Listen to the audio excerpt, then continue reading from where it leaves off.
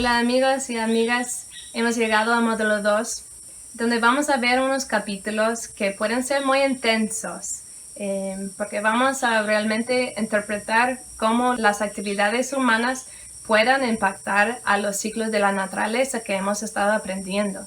Pero eso es muy importante para que podamos entender qué está causando este desequilibrio para poder realmente innovar en soluciones verdaderas.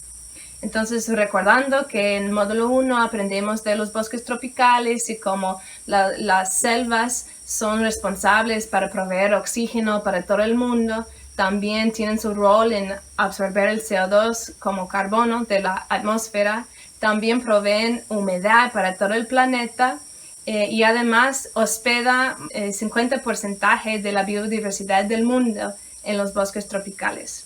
Entonces, pensando en cómo los árboles absorben el CO2 del aire y guardan el carbono en sus cuerpos, una selva, un bosque, es como un gran almacén de carbono en su biomasa. Entonces, ¿qué pasaría si seguimos cortando las selvas como estamos haciendo ahora? La destrucción de las selvas mediante de la tala y quema o cortando los árboles es la destrucción de hábitats, es la destrucción de las funciones de los ecosistemas que hemos visto, y todo eso se llama deforestación. Según los científicos y las fotos satélites, vemos que la velocidad de la deforestación en la Amazonía estamos perdiendo un tamaño de una cancha de fútbol cada minuto. Una vez que la selva amazónica, que ha desarrollado miles de años para ser lo que es, una vez que lo cortamos, imagínate cuánto tiempo demora en restablecerse. Y es el mismo por los animales adentro de la selva.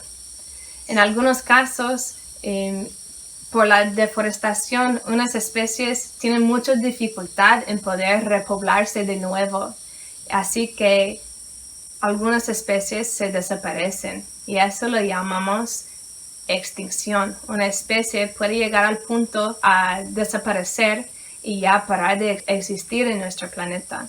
Ahora vamos a reconocer los diferentes factores que están contribuyendo a la deforestación y la pérdida de especies y cuáles son esas consecuencias para la Amazonía y también para el planeta.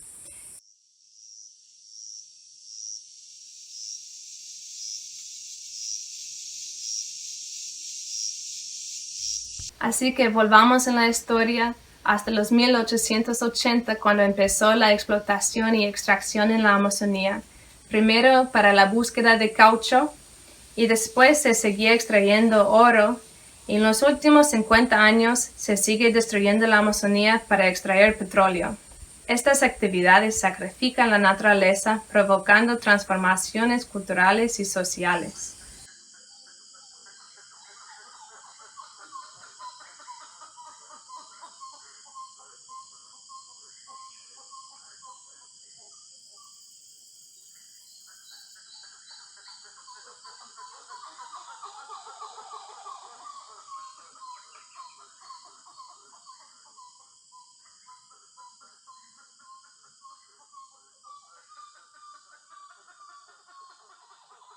El oro, cobre, diamantes y otros metales y piedras preciosas son recursos importantes que se encuentran en las selvas tropicales de todo el mundo.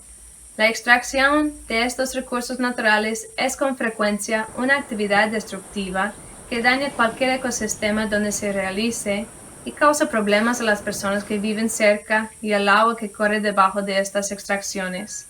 Esto afecta a los ecosistemas acuáticos y habitantes río abajo. Algunos de los depósitos de petróleo y gas más abundantes del mundo se encuentran kilómetros debajo del suelo de las selvas tropicales. Pero es una actividad muy riesgosa, desde las pruebas sísmicas con explosivos hasta derrames inevitables de las tuberías rotas y la eliminación de aguas tóxicas. La extracción de petróleo en todo el mundo provoca deforestación y la contaminación de los ríos, el aire y los suelos.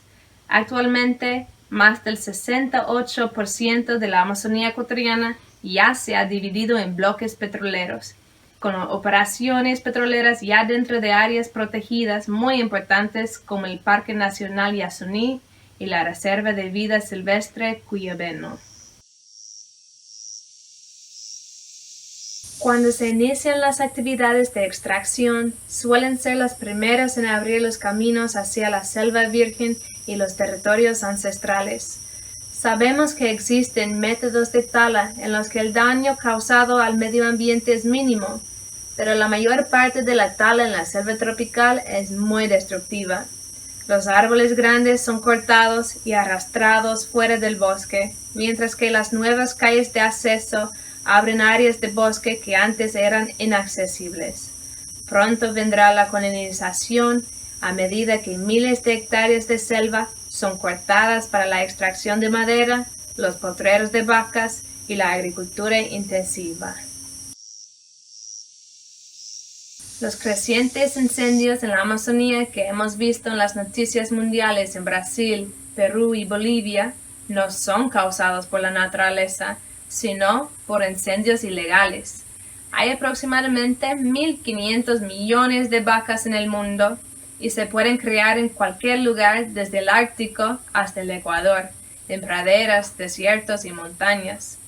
Los ganaderos de la Amazonía están expandiendo agresivamente sus rebaños y están dispuestos a talar el bosque y quemar lo que queda para dar paso a los potreros de vacas. Como resultado, se han convertido en el principal impulsor de la deforestación de la Amazonía, porque no solamente es la deforestación para la vaca, pero también parte de la soya y otros cultivos que se cultivan en áreas deforestadas se utilizan para alimentar a las vacas. En la actualidad, el aceite de palma se encuentra en alrededor del 50% de los bocadillos. Estos cultivos están creciendo porque el aceite de palma es muy barato. Ecuador se encuentra ahora entre los 10 principales países productores del aceite de palma del mundo. En la palma se utilizan más de 23 herbicidas y pesticidas diferentes y con las lluvias todos estos herbicidas llegan a nuestros ríos. Muchas veces no vemos el valor en los espacios salvajes y decidimos colocar cemento y construir sobre él. Tomemos el lago Agrio como ejemplo. En lugar de preservar los espacios habitables y los lugares en toda nuestra ciudad, una selva de concreto se está expandiendo, sofocando el suelo, elevando la temperatura en la ciudad y eliminando flores y comida para las abejas, los pájaros y otros polinizadores. Así que claramente estamos en un punto crucial para la Amazonía, donde ya estamos empezando a perder las características de lo que es una selva tropical. El 17% de la selva amazónica se ha perdido en los últimos 50 años. Y dicen que si la cantidad de selva cortada alcanza el 25%, que no habrán suficientes árboles para que circule la humedad a través de la selva. Esto puede provocar que la selva tropical se seque y se transforme en un bioma de sabana que se nota que es más seco y tiene mucha menos diversidad de animales y plantas que un bioma de selva tropical. Los científicos del clima han demostrado que sin el río Volador, gran parte del Amazonas y otras regiones de América del Sur se convertirían en biomas más secos. Así que ya puedes ver cómo nuestras interacciones pueden cambiar los biomas originales de la Tierra. Pero no es decir que todas nuestras interacciones no pueden ser positivas. De hecho, 80% de la biodiversidad del mundo se encuentra dentro de los territorios de los pueblos indígenas del planeta.